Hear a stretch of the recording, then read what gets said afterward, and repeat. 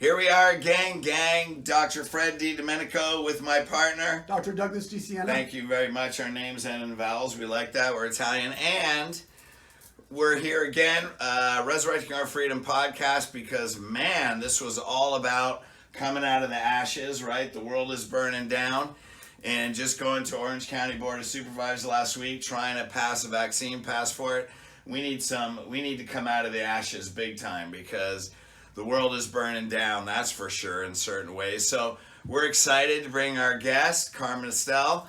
You were recommended. I was introduced to you because you're out there, a freedom fighter, man, traveling all over the country and actually all over the world with a voice to help people stand up for our freedoms and liberties, and creating a movement with a bunch of leaders in the world that are doing important things with a very important message. So thanks for being our guest today. Absolutely. Thank you for having me.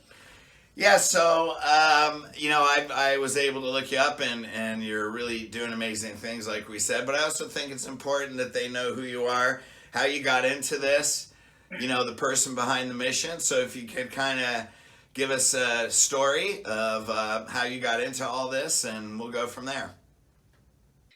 Sure. So I've been more into the natural healing modalities most of my life. I'm a huge fan of chiropractic. I've been seeing a regular chiropractor probably since I was 12 years old. They've actually helped me with pretty much everything that I've ever needed help with when MDs failed me, right? So I already had this medical freedom background, So when we had SB 277 in California come down the pike back in 2015, where they wanted to take all of your religious freedoms away for the vaccine exemptions for school, I got involved in the fight then, because I truly believe that we should have the ability as parents to decide what goes into our children's bodies, and not the state. The state has never done anything better than parents and God. So that is my opinion. Well, plus you had a young daughter at the time, right? And I had a young daughter at the time, and I was also vaccine injured when I was a baby.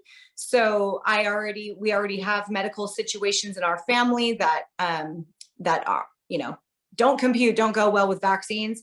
But not only that, religious freedom is number one in our Constitution. And so if we can't hold on to our religious freedoms, then what do we have, right? I mean, that was what our country was built on. So I got into that fight. We lost that battle, but I don't think we won the war, or lost the war, excuse me. And then it started from there. And then I slowly got into the freedom of speech movement and the 2A movement. I mean, I believe in all freedoms, all American freedoms that are really God-given freedoms protected by our American Constitution. And so for the last couple of years, I've been out on the streets, doing rallies, doing speeches, going to Board of Supervisor meetings, going to the Board of Education meetings, trying to get people to understand how important our constitutional rights really are, and really are, like I said, our God-given rights. And yeah, I mean, that's what I do. And my message is one of, liberty and freedom for all. And without that, we really don't have an America. So what are we even doing here, Nice. Well, it is fascinating too, because there's a lot of people that think like you, but they're not out doing anything. So what was your purpose? What was your inspiration or impetus to say, you know what, I'm taking action? Because there's a big difference between people that stay at home and complain, that have the same beliefs, versus, you said, using your words, you're out on the streets. So what was that inspiration that said, man, I'm taking action, I'm not standing by? It was just seeing things getting worse and worse, and sort of a little bit of a concern that we were going to no longer have American freedoms. I watched things around the world get really bad. I had mentioned to you earlier that I did go to Hong Kong to film what was going on with the Hong Kong situation. And basically, for those of you who aren't aware, Hong Kong is going to be taken over by communist China in the year 2047. They have a contract that is 50 years long. And by the year 2047, communist China gets to take over Hong Kong, which is a democracy, a free society. They're very much like the US. In fact, Hong Kong has been voted the #1 most free economy in the world for like 25 years in a row. So if you want to have a business, if you want to be an entrepreneur, if you want to have ultimate freedom, Hong Kong is really the #1 place to do it. Okay. Entrepreneurs everywhere, small businesses and everything. It's an amazing place. It's kind of like a mini New York City. And so these Hong Kongers are about to experience their complete loss of freedom. And they call it their freedom of thought. They're going to lose their freedom of thought. They're not going to be able to have a faith. They're not going to be able to have any belief system other than the atheist communistic view from the CCP, so the Chinese Communist Party.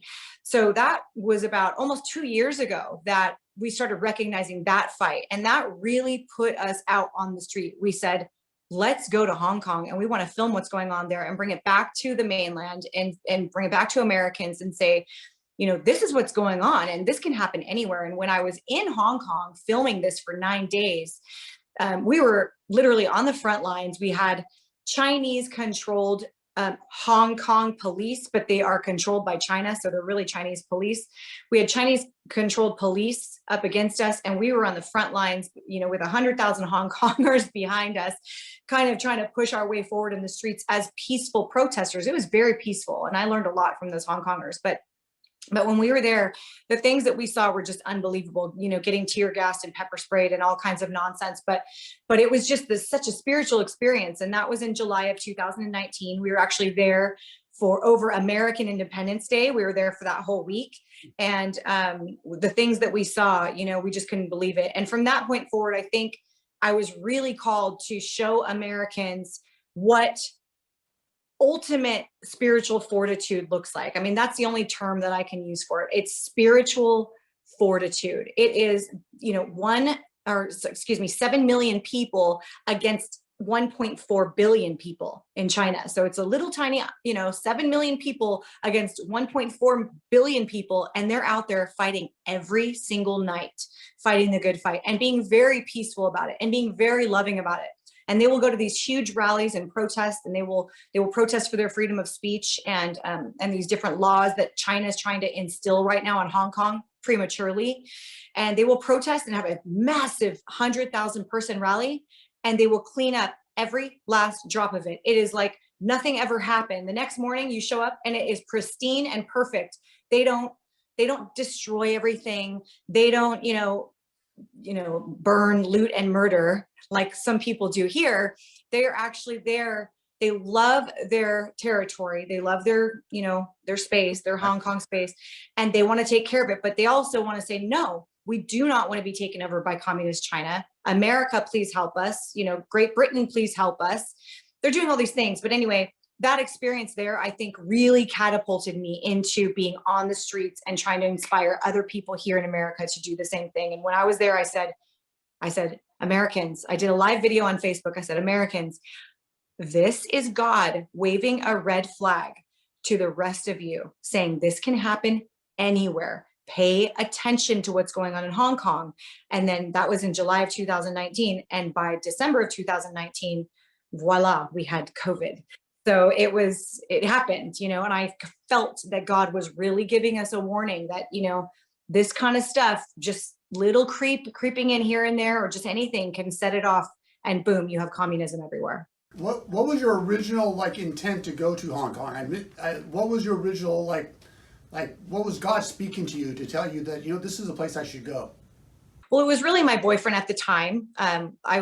I was working with him, and his organization was called Patriot Prayer, and he's all about free speech and freedom of religion and freedoms in America. And so he was doing a lot of rallies and stuff in the Pacific Northwest. So it was really his brilliant idea to say, the mainstream media really isn't covering what's happening in Hong Kong, and this is such a travesty what's happening, that a free society could be contracted to be taken over by a communist society. And it's so scary for those people because all they know is freedom. All the Hong Kongers know is freedom, right? I mean, they're just like me and you. They all speak English. They're very entrepreneurial. They love their freedoms. They have freedom of speech. They have free internet, but they know that just over the border is the complete opposite of their way of life. So my boyfriend at the time said, I need to go there, and I need to film what's happening, and I need to be on the streets. I need to see what that's like, and I need to bring that story back home because the mainstream media isn't covering it. So it was really to kind of showcase what was happening there.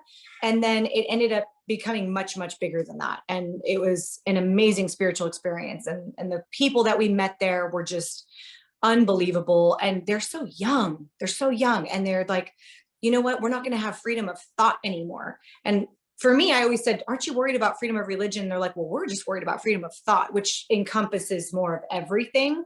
But, you know, 11% of those people in Hong Kong are Christians. And then, of course, they have lots of other religions, but they will no longer be able to be Christian or have any religion once this happens. So that is a big part of their problem, too. So it was a spiritual mission. So in a sense, the stuff that you took footage of was like a movie trailer. Because then you come home, that's a movie trailer of what almost immediately we started going through here, you know, and you see the step-by-step. And what I think is fascinating, what you said, like you said, it's a contract. So it's really a government contract where the government is superseding the democracy, right? Or I guess in this country we call it a republic. I guess you would call it the same thing. And who knows? I mean, I'm sure it is known what contracts are being fulfilled under the government right now, because we're seeing the same patterns, right? Like, what are those contracts? Let's see the writing of those with our lovely president. Yeah, so Hong Kong used to be owned by the UK, and in 1997, for some reason, they gave Hong Kong back to China, because I guess before the UK, it was probably China. So they gave Hong Kong back to China as like ownership, but they said Hong Kong still gets 50 years of sovereignty, 50 years left of being a democracy before you can totally take them over as far as governmentally, governmentally. And so so they knew that in 50 years, this is all over. But in the year 2019, China, working with the Hong Kong CEO, they don't have a president there, they have a CEO, and working with the Hong Kong CEO and the Hong Kong legislators, they started putting in laws that, like, the scariest law that they did was they put together an extradition law, which said that anybody who is a criminal in Hong Kong can be extradited to mainland China for processing. Okay, why would you ever do that? You would only do that to get as many people as you could in prison, and they would never be returning to Hong Kong. So all the dissenters, anybody that is, fighting against China, and they didn't really define criminal. So you could be jaywalking, you could do anything and get extradited to mainland China for processing. Why would that be necessary? The only reason why that would be necessary is if they were never going to let you come back. So the Hong Kongers freaked out, and that's why they were having protests basically every single night. And one weekend they had 230,000 people on the streets of Hong Kong. And at any given time, there's about 2 million Hong Kongers that are actually fighting. So that's a third of their population. Imagine if a third of our population was fighting for freedom. Yeah. Oh my God, that'd be 60 million people or more. 100 million people fighting for our freedom. I know, it's fifth grade. I think. Yeah, no kidding. Like, isn't that amazing that you see, because that was going through this whole COVID thing, like in Berlin and in Europe, you get tens of thousands of people, and here we have these rallies, you get like 3,000, maybe 3,000, like maybe a few 1,000, hundred, or a few hundred. I know. And that's what I speak about. I'm like, the Hong Kongers have a third of their people fighting. We're sitting back, and most Americans don't even want to take a weekend away from their couch, And so I'm trying to encourage people, look, and also, Hong Kong thinks that America is just the best place in the entire world. So I'm always telling people, be the America that Hong Kong thinks you are. Okay. Fight for freedom. Yeah. Fight for your freedom. Look at these people. They're just like us. Most people haven't gone to Hong Kong, but I have several times. And so they're just like you and me. They're amazing, cool, loving, funny, entrepreneurial people who love freedom and free speech and all that good stuff. And many of them love love Jesus. And so it's like, can't you see that they're out there, like young people busting their butts every single night, and you guys won't even take a weekend off your couch? Come on. So what here's are we a real do? question. How's the food? That's a great question.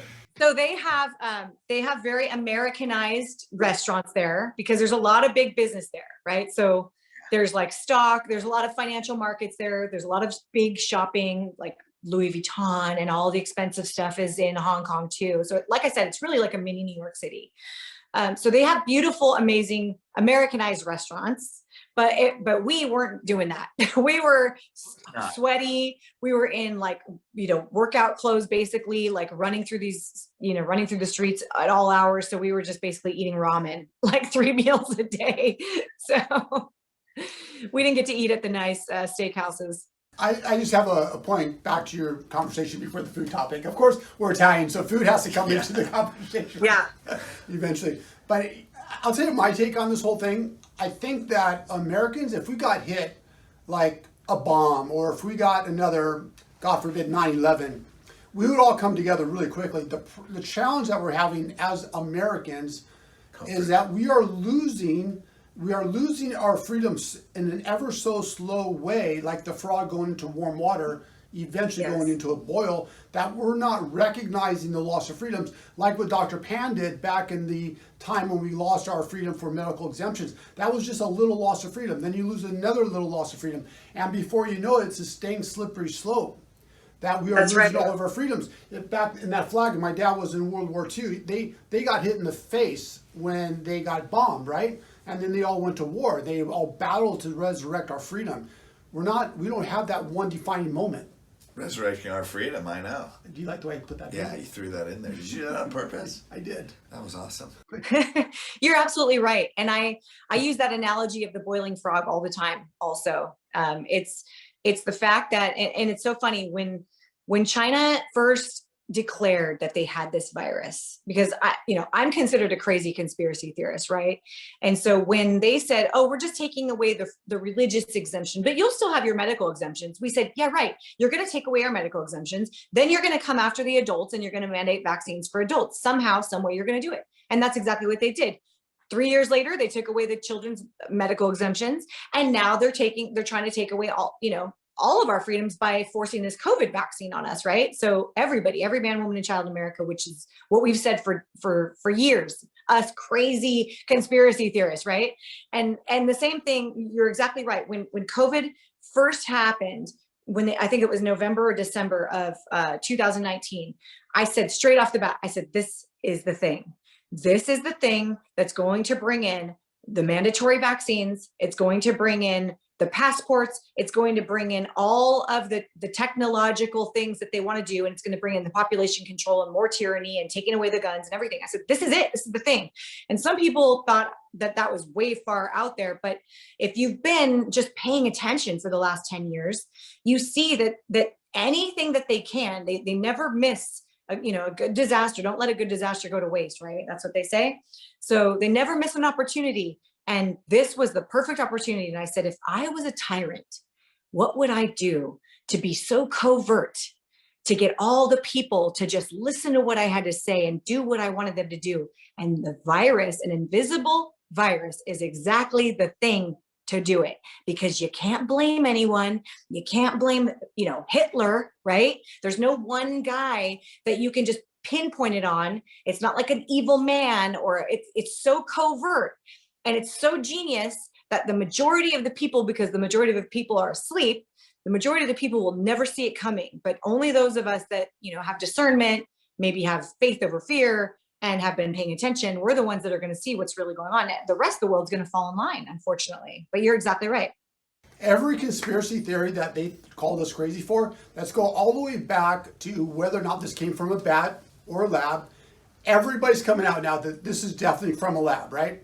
That's number one. And then we say, okay, well, this virus is affecting X number of people. Now we're finding out not so many. It actually was possibly a flu. Did you all hear about that 150,000 people? They actually went back and checked to see whether or not it was actually, this COVID was actually due to a COVID virus. It turned out to be influenza mostly A. Wasn't even the COVID. And then let's fast forward to, well, maybe these vaccines are really super safe, right? And now we're coming out with, these vaccines aren't so safe. People are starting to die right and left. And we know that only 1% of people who are vaccine injured, I know you know this, and this is just a reminder for our listening audience, 1% of those who are vaccine injured actually ever get reported.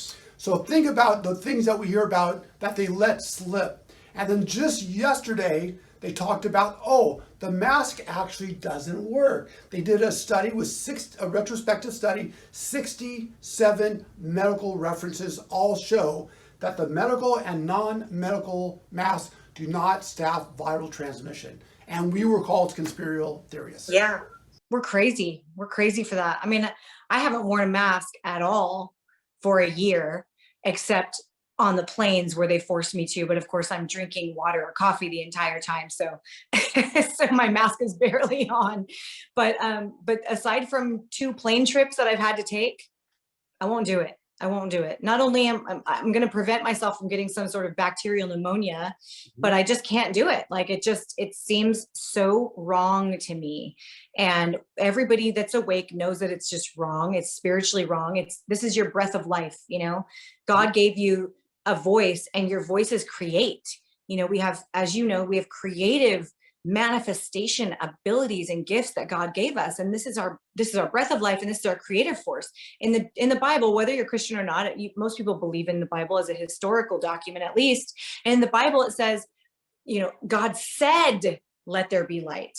He spoke it into existence, and that's what we do with our voices too. We speak things into our existence, and we speak things into fruition, right? And so by putting on that mask over us, I believe it's more to, you know, control the masses, as, you know, silence our beautiful God-given voices and our breath of life, so that we just can no longer manifest, and we can't use our God-given abilities as well. So we got to take that thing off, like get rid of it. And it fogs your brain, and it makes you look bad. And I don't know. I mean, there's so many things wrong with the mask. I mean, that's a whole nother conversation, you know? And also for the environment, I'm going to have to say this, we're all the environmentalists. These masks, by the millions, I see them on the streets. They're going into our oceans and our lakes and our rivers. It's becoming a seriously environmental toxicant. And we're all the people that are like upset about it. No, we just go out and buy thousands of more masks for useless cause. Well, and to your point, Carmen, you know, when you talk about spirituality, and our voice is really the voice of God, that we speak things into existence. Mm-hmm. But also the Communist Party, that whole agenda is atheist. And so that's exactly what they want to do, is take away our spirituality, because that's our strength. Like you said, whether it's faith or whether that faith is our strength inside out. And they have to create an outside in fear. Yeah. Also, because your freedoms, either you and I and Dr. Fred believe that our freedoms are God-given. That party believes that freedoms are man-given. So the minute we go from God-given freedoms to man-given freedoms, they can immediately eliminate whatever freedom they want. You and I, we have God-given freedoms, and that's what we abide by. Once we live by man freedoms, we are now sequestered, we are confined by what man tells us to do. Absolutely. And, you know, even in our Declaration of Independence, I go mad when I think about people that attack America, saying that we're built on racism. And here's what I have to say to that. And I'll just pivot for a second, since you brought up God-given freedoms again. I'm friends with a gentleman named David Shistokis. He's a constitutional attorney, and he wrote the book called The Creation of the Declaration of Independence. And he educated me on this topic, thankfully, because sadly, as you know, our school systems really don't educate our children on the right things, or the things that they probably should know. So, you know, I always knew that, you know, America was like the land of the free and all that stuff. But what I didn't realize, and he hit home for me, was that there were like 10,000 years of slavery on this planet. You know, every society pretty much in every country used some form of slavery forever. And we were always ruled by tyrants and emperors and rulers and kings and queens. And this was the first time ever in the history of the world that a man said, no, we are not going to be ruled by an emperor or a king or a queen or anybody anymore. We are going to bow to nobody but God. And we are going to make sure that everybody's rights that are created by God are preserved, and hence our Constitution. But it was the first time that we ever said in the history of this world that we are going to, that all men are created equal under God, and that we are going to preserve our God-given freedoms and liberties, and we're going to put that in writing so that they can't be taken away. And we're not going to bow to an emperor. It's going to be of the people, for the people. It was the first time that was ever said. And he wanted to abolish slavery when he wrote the Declaration of Independence. They wanted to abolish slavery, but they knew that they couldn't do it in a snap of a finger. They knew it takes time to unbrainwash and change society. So they knew that, but there were already some other people on board with abolishing slavery too. And I have to remind people, listen, the slaves that were here when we created America, those were not American slaves. They were English slaves. They were Spanish slaves. They came from other countries. Those were not American slaves. Those were the ideals of the countries that came over, the various different people that came over to populate America, aside from the American Indians that were already here. So they brought that slavery mentality over. That came with them. That was not something that we established America and said, oh, we need some slaves or we can't build America.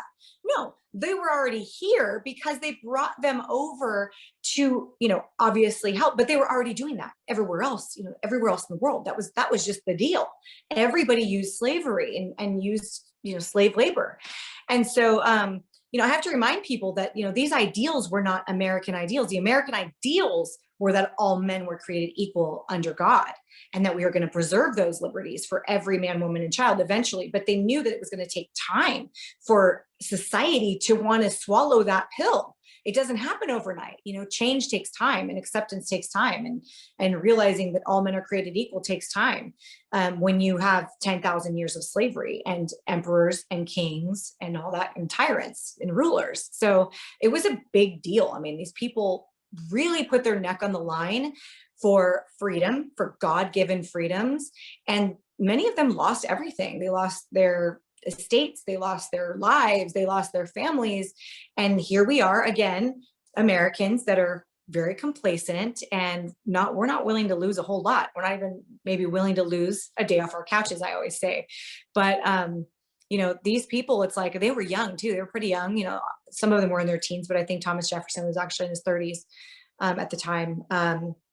But yeah, I mean, the Declaration of Independence, those first 55 words of it were crucial, and people need to understand. And when I go and talk to BLM, so I go to a lot of rallies that are like conservative rallies, or maybe a Trump rally or a Back the Blue rally. But what I do is I'll go across the street to the BLM and Antifa side, and I will talk to them and try to get a handle on where they're coming from. How did they come to this way of thinking?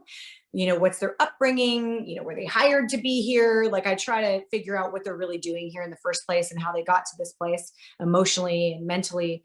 And many of them don't even realize what I just told you, about the fact that the slaves were everywhere in existence all over the world. And that the Declaration of Independence really was the snowball effect that started the freeing of the slaves, but it had to take time. And it's hard for them to grasp it, because right now there's just so much in the media, I think, that's preventing people from grasping it, right? Because the media is so brainwashing.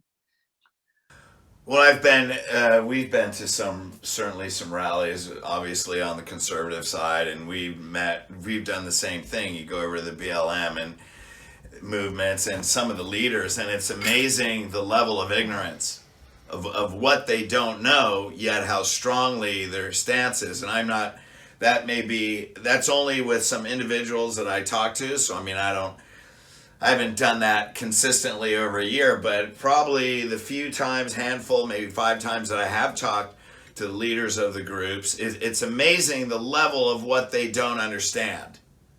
Right. They really don't have any many of them won't talk to you. So that's a challenge, is that they just say, I'm not talking to you, or they'll just kind of cuss you out or flip you the bird or something like that. And I'm like, no, I really want to understand what you're doing here. And then they'll say, you're a racist. I'm like, well, yeah. Wait a second. I'm Puerto Rican. I'm Cherokee Indian. My ex-fiance is Black.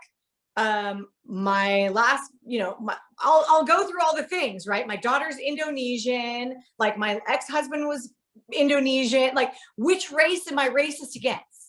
Yeah, that's like let's the go over, United Nations right there. Yeah, that one. Yeah, it's like I cover all bases, trust me, and they're like, that doesn't matter, you can still be a racist because you support Trump. I'm like, sometimes it's like beating your head against a wall. Like, okay, have a nice day. I'm gonna go have lunch. So, so obviously you're doing all that, but you just came back from Tulsa, big freedom rally. You have connections with a lot of the leaders that are doing things all over the country and all over the world. So, tell us what you're involved in now and the things that you're doing now. Well, yeah, I went to Tulsa. I really wanted to connect with some of these amazing people. I was lucky enough to have VIP all access at this event because I was actually there with one of my good friends, Dr. Shannon Kroner, who's also a medical freedom fighter.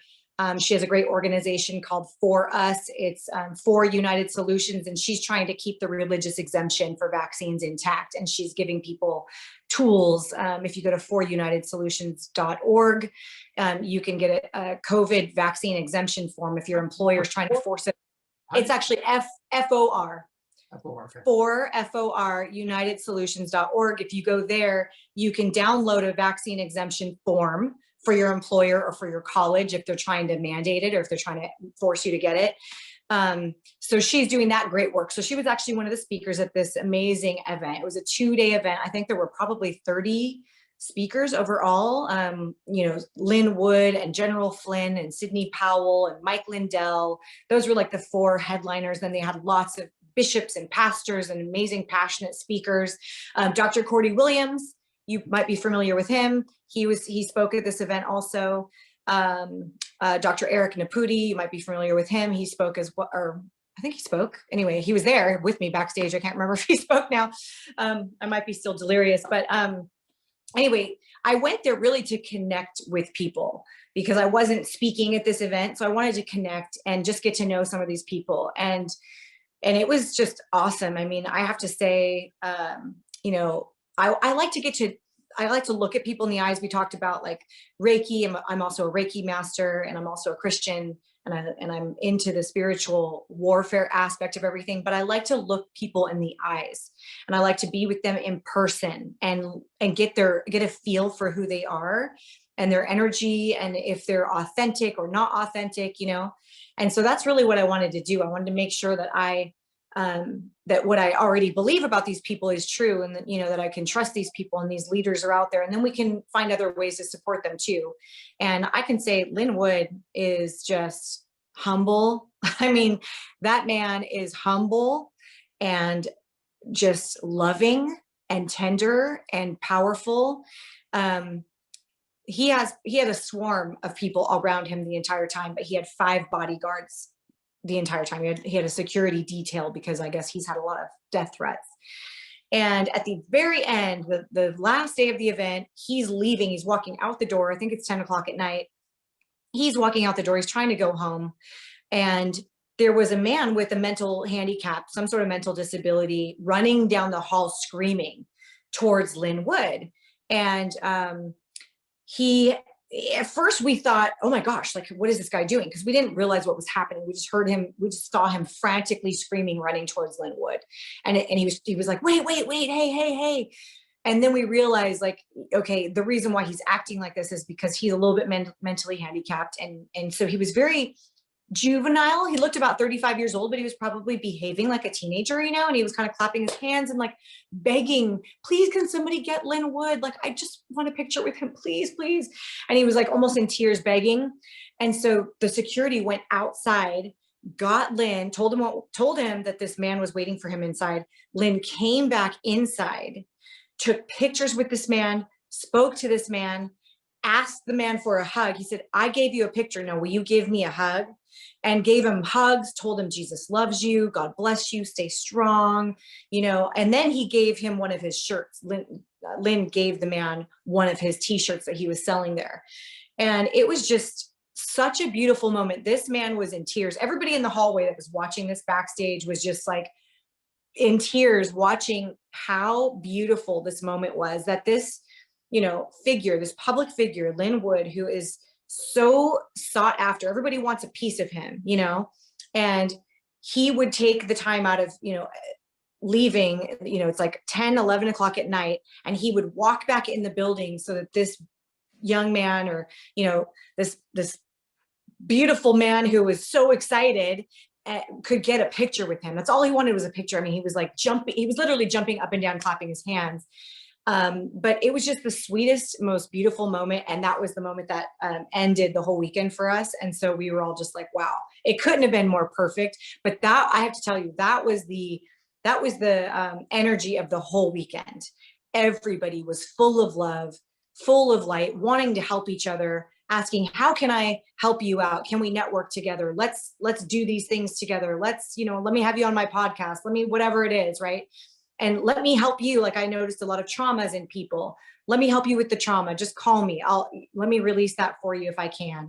And just getting people to spiritually and emotionally and physically detox so that they can heal. And a lot of people need that because they're in the limelight and they are so incredibly, assaulted daily. We're assaulted by our environment. We're assaulted emotionally, physically, mentally, spiritually, and everybody needs to detox and then rebuild. And so that was sort of like, it ended up working out where I was trying to help everybody with their spiritual, physical detox, and then bring them back around to more of a stronger stance, because some people are just tired and they're beaten down and they need a little something, So, Right. Yeah. I mean, you need spiritual stamina. yes, spiritual fortitude, I call it. Yeah, and spiritual stamina. That's a great way of putting it too. Yeah, they need that. So, what do you see coming? I mean, I know the whole thing is, I know there's a pattern here, and I know, what do you see your involvement being as you progress forward? Like, what's your vision for yourself and for your message and what you want to do and create? Yeah, well, people keep telling me I need a show, I need a podcast, and so that may be on the horizon. I have a couple of people offering to work with me in that regard, that want to work with me. I also have a day job, so I really, I have a day job. I'm also a single mother, so I'm busy. But my passion really is creating that faith over fear in people, and it starts with the inside. It starts with being physically and emotionally and spiritually sound. And in order to get there, you have to detox usually first. It's really hard to be just so strong and sound with having a toxic body and a toxic spirit. So if you don't detox those things first, and then you can't start really with a clean slate, So my goal is to educate and help people get to that spot where all these amazing leaders and just people that want to be their best self can spiritually and physically detox, and then build themselves a stronger foundation and really start their, activate that soul fire. So I call myself a soul fire activator, because that was the best possible phrase I could use to really just, from the belly up, like, get your soul fire going. But you got to clear out the old ashes from the furnace first, right? And then you got to put in the kindling, and then you got to start that roaring fire. So it's a little bit of a process. Some people need just a little bit of work. Some people need a lot more work, but I love how your fireplace. You got to get that little shovel, like clearing out your fireplace on the east. Yeah, you gotta sweep out all the gunk first, or you can't get a new fire started, right? So it's a perfect analogy, and it really is true. And so I talked to a lot of people about that at the conference, and I was surprised at how many people said, you hit the nail on the head. Yeah, right. Yeah. Exactly. Yeah. Like, well, I want to do that. I already told you when I talked to you, I want to book a Reiki session with you. So, I'm getting on the calendar. He needs one too, because we got some big things coming up. So, any final words you want to share with our audience, or maybe if there's a way they can get in touch with you, if you have something available, or final words? Yeah, I mean, I have a landing page right now. I was kicked off. I had everything on Facebook. That was my platform. I had everything on Facebook. I had a great following. I had so many amazing friends on there. And then I got banned, permanently deleted off Facebook. And then Instagram deleted me a month later. And then I still have a tiny Instagram page left. They banned me off Facebook. They banned me off Instagram. And so what I did was I just created a landing page. So it's carmenestel.com, CARMEN, and then my last name, Estel, ESTEL.com. You can go there. I really don't have a lot on it right now, but if you want to get a hold of me, like, people want to book me for speaking events or rallies or something like that, you can do that there. People want to talk to me about physical detoxing, which I'm gonna have. I have a product that I love to use, zeolites. I don't know if you're using them. If you're not using zeolites, I think everybody should all day long. That's like the one product I think you need to start with. It's easy. And then I talk to people about grounding and earthing. So if you need some spiritual coaching or physically detoxing coaching, trauma release therapy, I shouldn't call it therapy because I'm not a licensed therapist, but I am a Reiki master, and I do love to release traumas, spiritual afflictions. There's a lot of things that you can do spiritually. It starts really spiritually, but you have to also detox physically. So if you're not doing both, you're really missing the mark. It's as above, so below. Our spirit is above, our body is below. We need both of them to be working properly and to be detoxed and sound and solid. And so you get that soul fire activation going, and you can be your absolute best, strongest self and do whatever you want. And the most important thing is that you can feel the best that you want to feel. You can be happy every day regardless of your circumstances. And I tell people, have you read the book, I Know Why the Caged Bird Sings? You know, whenever people are starting to complain about their life. And I'm like, do you know why the caged bird sings? They're like, I don't know. I'm like, because it has song in its soul, and it doesn't matter what its circumstances are. It's going to live its purpose and live its soul regardless of its external circumstances. And that is really the message. It's like, all of this is a trick. Everything that we see, all of this nonsense, even COVID, it's really a trick about God testing us as a whole human population, but individually too. How are you going to handle this? How are you going to behave in the face of all this tyranny? What are you going to do? And it is a test. It's a test of spiritual fortitude and how much you're going to level up, or are you going to let yourself shrink? What are you going to do? And so all of this is really designed for our spiritual evolution when it comes down to it. So I just help people to get there, to get to that point where they're like, oh yeah, if I trip and fall, it's okay. I just get back up and I'm stronger next time, you know, instead of giving up. So I really hope that I can inspire people to have that spiritual fortitude and just truck ahead, because we need all the souls on this planet that we can possibly get. Cool. So we have Carmen Estel, CarmenEstel.com. And any final words you want to throw in there, brother? You know, I just love it when I hear people's testimonies, because when we're tested, we get testimonies. And you went, like most of us do, from pain, right, to purpose, and then to power. And so now you're expressing who you are and your power, and I'd love to witness that. Oh, that's great. I haven't even told you my life story yet. That'll be another time. That'll be at like 2 other podcasts. Tons of it. I mean, when people hear the stuff I've been through, they're like, oh, I guess I can get through this. You know, I mean, let your mess be your message, really. And that's what it is. Like, exactly. Pain, purpose, and then power. You're absolutely right.